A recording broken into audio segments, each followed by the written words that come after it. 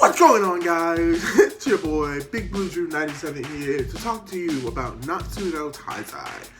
Or Nanatsu no Taizai, as I've realized I've been saying it wrong. Manga chapter 324, titled The Promise of Brothers. And if you didn't know from the title, this is basically not the conclusion of Meliodas rescuing his brother completely, but it is basically like the conclusion of Meliodas like basically being an influence on Zell being freed. Basically, this is the last time we will see Meliodas in Zolotros' brain, basically, where it's like mindscape. And now Zolotros basically has to fight the Demon King, his father, by himself. Well, not by himself, but with his love, the Vampire Queen. And I'm just gonna call her that. I know her name is Gilda, but I like the Vampire Queen better. So I like to say that starting off, we see like a very nice like cover page of Zolotros and his girlfriend, the Vampire Queen, just hanging out. And I think that is really cool, especially since we get more of like her personality in this chapter, which is the opposite of what Elizabeth's personality and like how they interact with each other. It's pretty much the opposite between how Meliodas and Elizabeth acts, because normally in Elizabeth's and Meliodas' relationship, Meliodas is like the leader, he's kind, he's perverted, while Elizabeth is like pure and kind. No, the relationship is not that. But starting from the first page, basically, the Vampire Queen declares that she's gonna find her beloved, and like Meliodas is like shocked of like, how are you here, basically, and like how are you gonna find him? Like, how do you even get here? And she just has this determined face, and even freaking Zolotros is like shocked, because like even he is like confused about this. And then it immediately cuts to just all of them yelling for Gilda, but like she instantly says, "Oh, I found him." And then the next panel we see after that is her landing directly in front of Zolotros and touching him on the nose in like an adorable way. Because if you remember from the previous chapters, if you like attack like the wrong one, or get attacked, or like make contact with someone that isn't Zolotros, then you disappear from this landscape, which, spoiler alert, is what happens to Meliodas. But that's besides the point. We see that she finds Zolotros, and that the Vampire Queen is very excited to see him. And then we immediately jump to her true personality, where like she pokes his nose like poke, and then just pushes it up like that. And then we just see her face being like, and like, it's hilarious how different their relationship is, because she starts saying, "Wow, how could you," and this is exactly what she says, "You are the worst. You cannot distinguish whether I am real or fake." And like, what's even better is that this entire series, Zolotros has basically like been this stoic. He's been like this unmoving, like someone that you would think like could never feel fear. Within the next scene, he's terrified, and he basically goes into this explanation. He's like, no, I knew you were real. It was just, I always knew you were real. I believe that you are. Don't hurt me. So like, it's like an entirely different playing off each other than like we've seen, which is very great. Like, if I enjoyed anything about this chapter, it's that we got to see the interactions between Zolotros and Gilda, and see that, oh yeah, no, it's not just like a boy likes a girl, they're nothing to it. Like, they have like distinctly different personality traits than just Meliodas and Elizabeth. So that's really good. And what's even worse is that he's like, after that initial reaction, like it still builds upon him, like for the most part, like she's in control of this relationship, and it's not really Zolotros, but he's there for the ride. And like, then Meliodas basically is questioned, like, but how are you able to figure that out? like so easily. And she responds with, well, if the situation was reversed, you would have been able to do the same thing for Elizabeth. And he's like, basically, he's like, yeah, you're right. I'm like, it just shows like a kind of like connection that both Elizabeth has with Meliodas and how the Vampire Queen has with Zeldatros. And I think that is very cool. And within the next scene, after like that revelation, that like, oh yeah, they probably would have found her if it was Elizabeth. She's basically about to cut the string, but she's interrupted by all of the other Zeldatros speaking, and turns behind us, they're speaking in the Demon King's voice.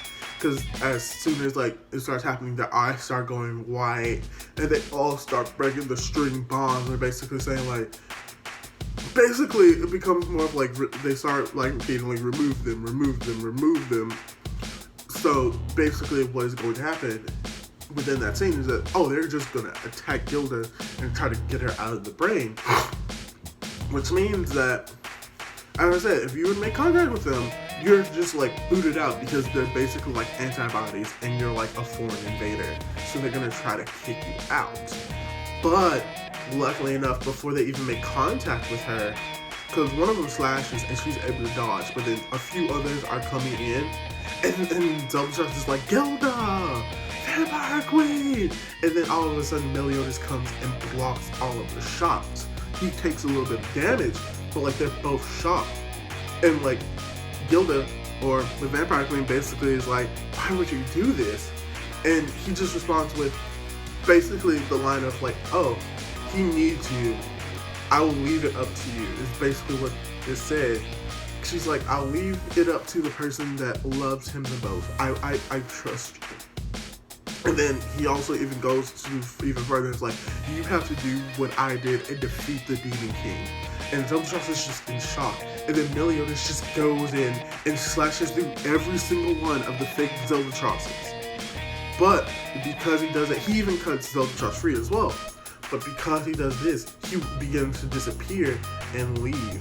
And then there's just this like, but before like Meliodas begins to disappear, there's this scene which is like, you can, it's like almost reminiscent of like when Meliodas and Elizabeth embraced. So you just see a Zeldatros just falling into the Vampire Queen's boobs, and it's just like he's so comfy there, and like this just shows that they are brothers. Because he has like a simple like blushy reaction that Meliodas does. I mean, Meliodas takes it real far, but it shows that they are brothers and they have a similar, I'm not gonna say similar taste in women, but they have a similar way of embracing the people that they love. I will say that. So anyway, as I said, like after Meliodas basically cuts free of Zeldatros, he begins to basically be forced out of his brother's brain. And the last thing that he says is that basically he's like, you're my only brother, I wanted to protect you at least once. And then he tells him he will see him on the other side. And then Zeldatros basically calls out brother and like confirms that he will see his brother on the other side. And then the final panel of this chapter, we hear the Demon King laughing, and then we see another image of the Demon King in Zeldatros' head. And he basically declares that he will defeat his father. So, all in all, like, I think this was a good chapter. I don't think this is better than, like, the previous chapters, but I still think that it was a very good chapter. Probably what holds this chapter up primarily is just the interactions between the Vampire Queen Gilda and Zeldatros itself, and, like, that impactful scene of, like, basically Meliodas declaring that he will leave it up to his brother, and that he will see him on the other side. It felt like a very shorter chapter, even with like all of the dialogue and the action. It felt like shorter than like even the chapters that were just pure action. So I think that may be a problem with the pacing right now, but I think it's because we are approaching the end. So what's gonna happen in the next chapter is probably gonna be like a twofold thing. We're gonna see Meliodas end up back into the real world, most likely than not. And we also may see Zeldatros and Gilda going up against their father, the Demon King, in his mind, which will kind of be a rehash of what we saw with the Seven Deadly Sins and Meliodas doing the exact same thing, because when you think about it, they both have the powers of the Demon King, so they both are capable of defeating him, but it's basically a rehash. But from what I think is going to happen is that we are going to get basically like a similar scene to when the 7 Deadly Sins versus the Demon King. I think we're going to get something similar to that, but the Demon King is obviously probably going to be like more powered up in that moment, so it's not going to be an easy wash.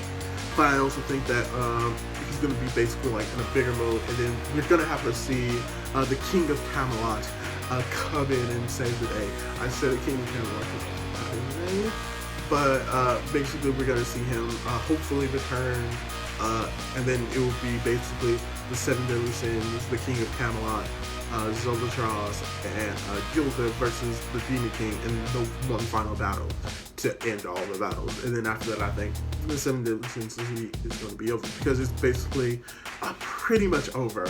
Like, there was an epilogue in which we thought it was over, and then we got trolled extremely hard.